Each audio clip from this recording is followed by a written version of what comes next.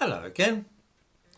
I've been wondering since yesterday just what the courts in this country are up to lately. Like many people, I wasn't best pleased to see four people acquitted after they claimed that they had been preventing a hate crime by throwing a statue in the harbour at Bristol. There were two other really odd cases which passed through the courts as well lately, which were also reported yesterday. One of these was the so-called gay cake. Just to remind viewers, I have no prejudice of any kind against gay people, and I'm absolutely indifferent to what they get up to in the bedroom. If a gay couple moved in next door, I wouldn't mind in the least. Their activities are their own affair. Suppose, though, that they wanted me to sign a petition which claimed that two men living together and raising a child was just as good for the child as growing up in a traditional family with a mother and father. I would refuse to do so because I don't think it's true. In Northern Ireland, a firm of bakers is run by Christians who, from all I'm able to apprehend, feel the same way as I do. They're happy to have gay customers, don't exhibit prejudice against anybody.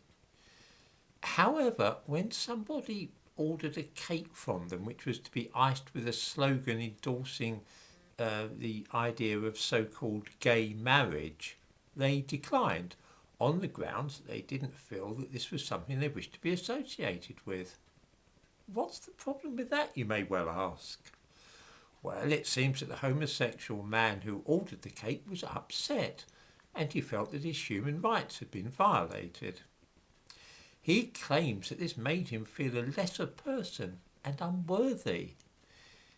He wants to bloody pull himself together, but still, if I found that a baker would not bake me a cake, then I would simply take my custom elsewhere, not have the baker hauled into court. This case has now been working its way through various courts, even up to the Supreme Court in London. Now, the irritating person who ultimately lost the case has gone beetling off to the European Court of Human Rights with his moaning. Fortunately, they sent him off with a flea in his ear. It is nonsense like this which has clogged up the courts in Britain. Imagine the Supreme Court wasting time on this. Also reported yesterday was another stupendous waste of a court's time.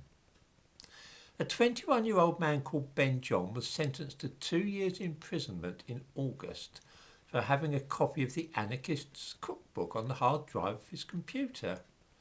This book was circulating freely 50 years ago among left-wingers in this country, and it was openly available in bookshops as well as being advertised on Time Out.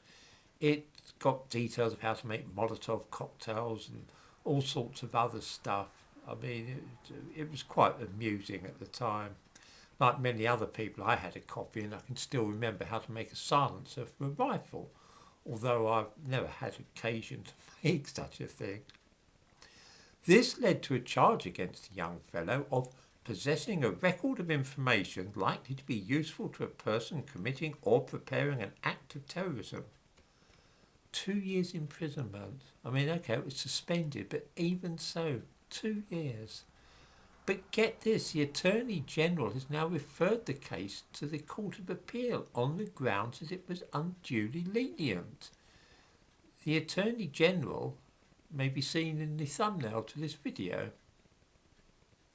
Some viewers might wonder why the courts are messing around with a young person who was convicted of a single charge of possessing a copy of a book which was openly available and very popular with left-wingers. Not for nothing was it called the Anarchists Cookbook. It doesn't exactly suggest right-wing terrorism, does it? It was aimed at left-wing people, left-wing activists.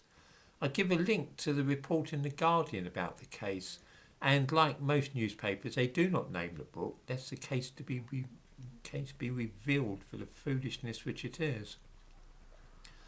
Some people might want to know why the police and courts wasted time on this silly case.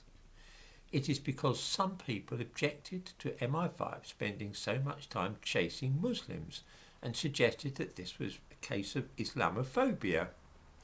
The word went out that the security services need to even things up a bit by chasing white people instead.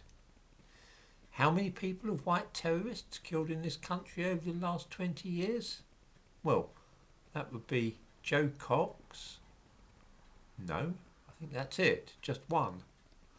What about Muslim terrorists? Well, they've killed 88 people in this country in the last 20 years. This is why the courts are having their time wasted by prosecuting youngsters for having the Anarchists Cookbook to make the figures look better. Time to start cracking down on burglars and vandals, rapists and murderers, I think, rather than the sort of idiotic cases such as the ones I've just described.